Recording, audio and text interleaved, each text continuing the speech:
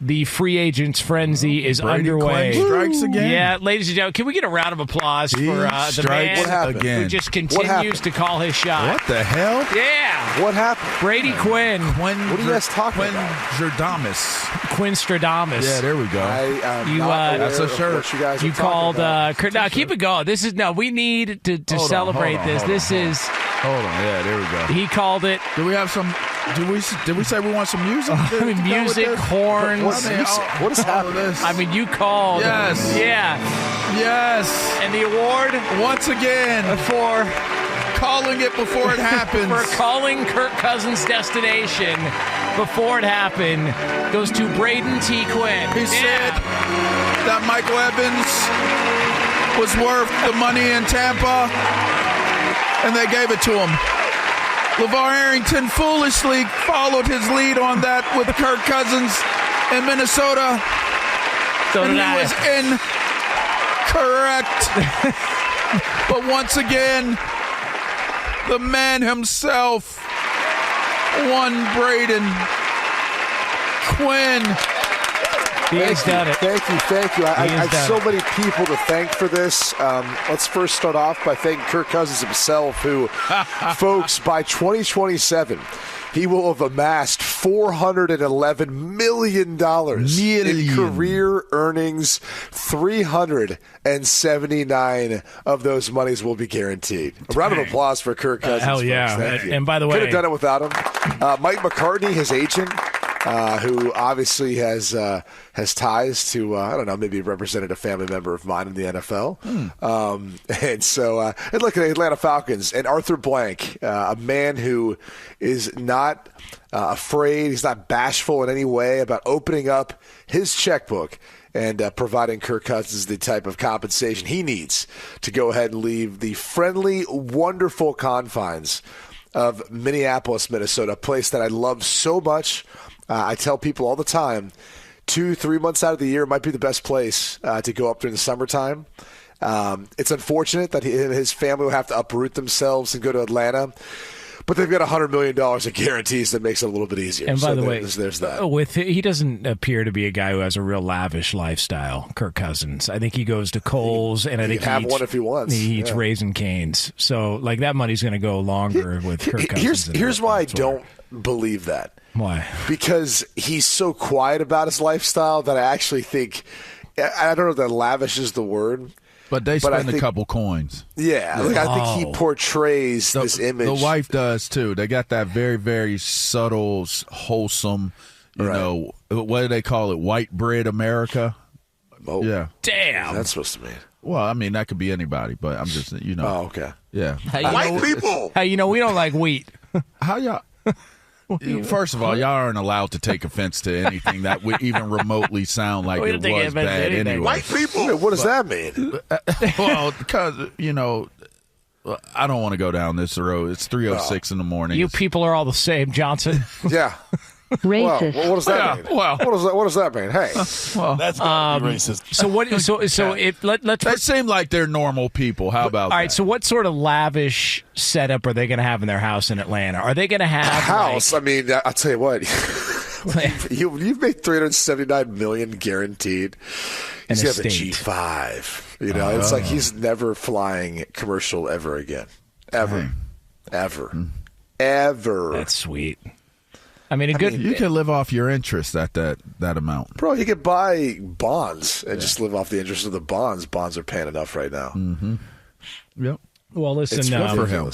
I mean, it is I think somewhere Arthur Smith's probably looking around going, dude, seriously?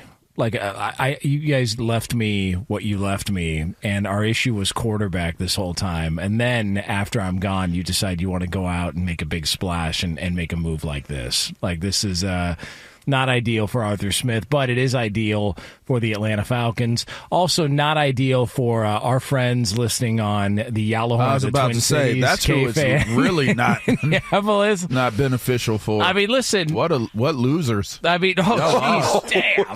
Y'all lost. Damn. I mean, let's keep it real. Y'all lost. Dang, bro. Yeah. Yep. Just call it how you see it. Just call it how you see it. Put that in your Juicy Lucy and smoke it, huh? I mean, everybody who's a Minnesota Vikings fan knows that they lost. Yeah, well, Yeah. I mean, you're losers in the free agent game already. Yeah, not great. And Danielle Hunter, he's going to be on his way out. And you've got Sam Darnold, who's on his way in, though. So he's now going to be vying for the quarterback spot. And listen, there is a reason why, and we've been talking about the odds on DraftKings and just sort of how everything looked. And yesterday, I believe, J.J. McCarthy to go to the Vikings was a plus 330, and it dipped down to a plus 150 after the news of Kirk Cousins came out. But they would have to make a move, right?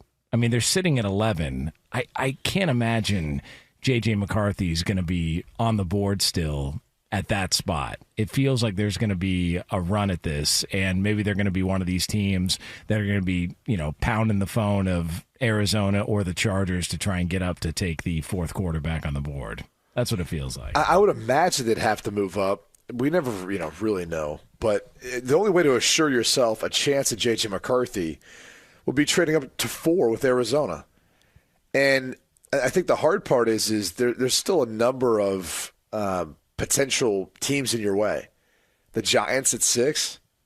I mean, are they comfortable, going and moving forward with Daniel Jones for the season? He's going to be on the roster because the dead cap hits too much after the deal they agreed to before last season.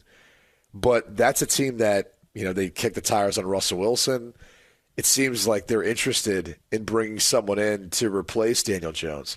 And lots on the line for them this year. Atlanta's now got their quarterback at 8.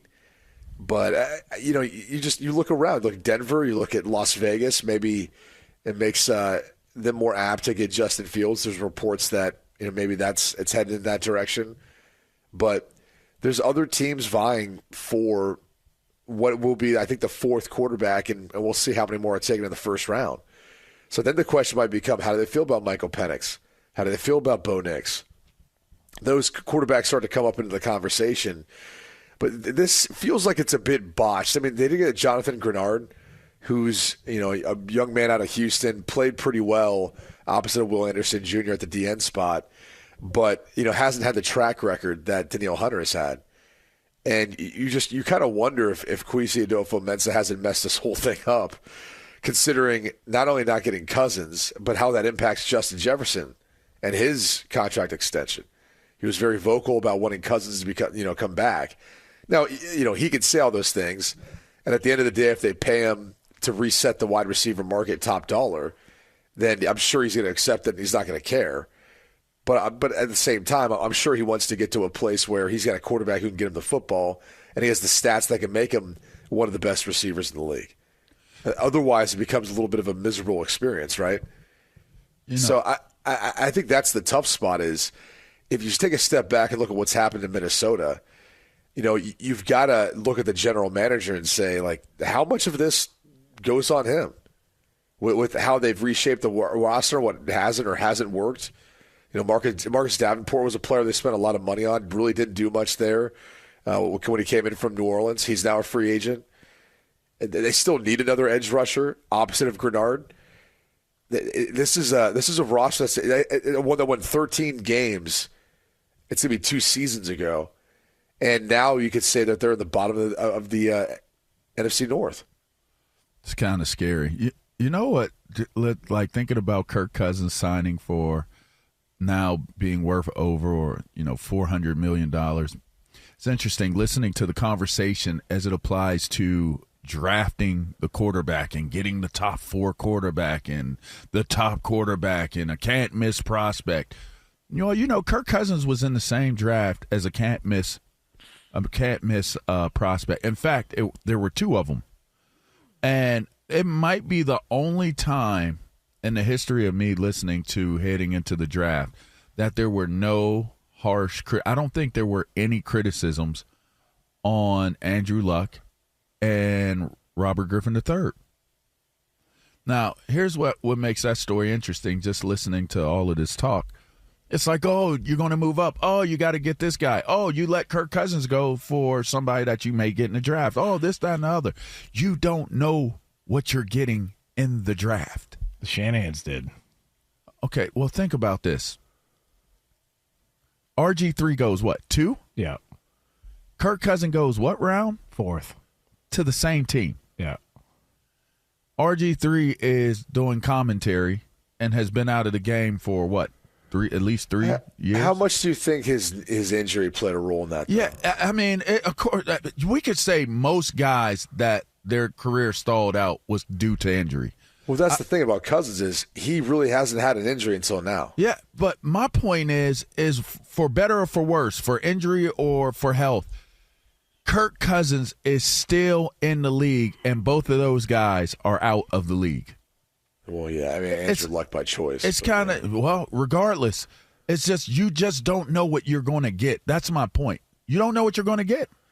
And in the end, what somebody had said, going into the draft, it's like, oh, yeah, you got Andrew Luck. Oh, yep, we got RG3. Well, you got to make sure you move up and this, that, and the other. And it's like, okay, that it's conventional wisdom. It's sensible. And it makes sense. Washington did move up to get RG3, right? Yeah, they did. They gave up a lot. Yeah, they did. King's ransom to the Rams. And still hired Kirk Cousins.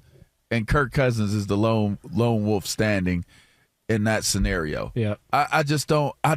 My point is, if you have a bird in hand and you can clearly see that another hand wants that bird in its hand, why the hell do you let that bird go? You don't know what bird you're getting in return.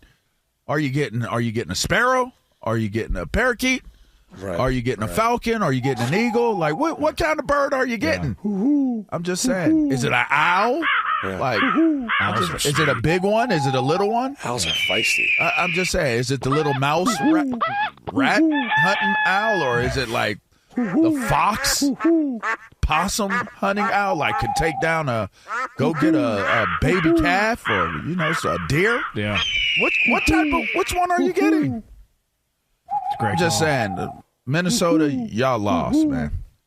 Y'all lost. You stupid as hell. But it's all like what is it about Silver? So we've talked about you.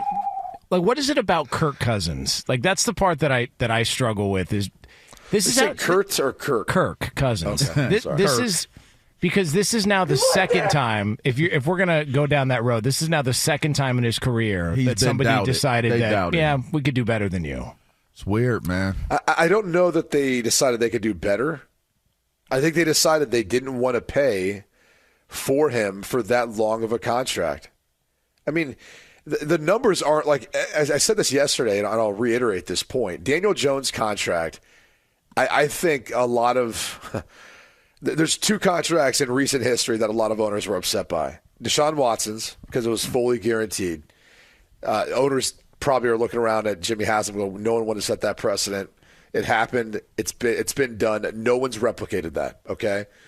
The Daniel Jones one's the next one, though, because the Giants grossly overpaid. And they put themselves in a position where they grossly overpaid for not picking up the fifth-year option, which is what they should have done in the first place, and then played things out with the franchise tag in retrospect. Now, we don't have the luxury of doing that. So because they signed him to a deal that, in essence, guaranteed his first 2 years, averaged annual value of $40 million per year, teams are looking around going, wait, you're paying your quarterback that? He really didn't do much, but okay. Well, now it's allowed every other quarterback to then use that as the floor for their negotiations, because that year that Daniel Jones had, was so, I won't say pedestrian, but it was so average that it then led other teams to go, well, everyone's gonna surpass this. Like, he set the floor for the quarterback market, with the exception of like Baker Mayfield, who didn't test the free agency market. If he did, I guarantee you he would have gotten more than $40 million a year, because everything was going to go above the Daniel Jones deal, because that's what you do. Your agent, teams, they're going to compare to other contracts, other guys that are out there. And that is, by the way, more on the low end for a starter is Daniel Jones' deal. So if that's the floor, Kirk Cousins' representation are like, yeah, come on, dude. Like, you're not willing to pay me $45 million on average annual value per year? And that's what he got. 2 years of it are guaranteed with the $100 million at signing, the $50 million signing bonus. Like, those are details Minnesota should have been willing to pay out based on the fact that Cousins was leading the league in touchdown passes. After 8 games, he was on pace for 5,000 yards, 70% completion percentage. He might have been the MVP when it was all said and done if he kept that up. This doesn't make sense. So this will be in the front office of Minnesota if this thing goes into a tailspin and a crash and burn.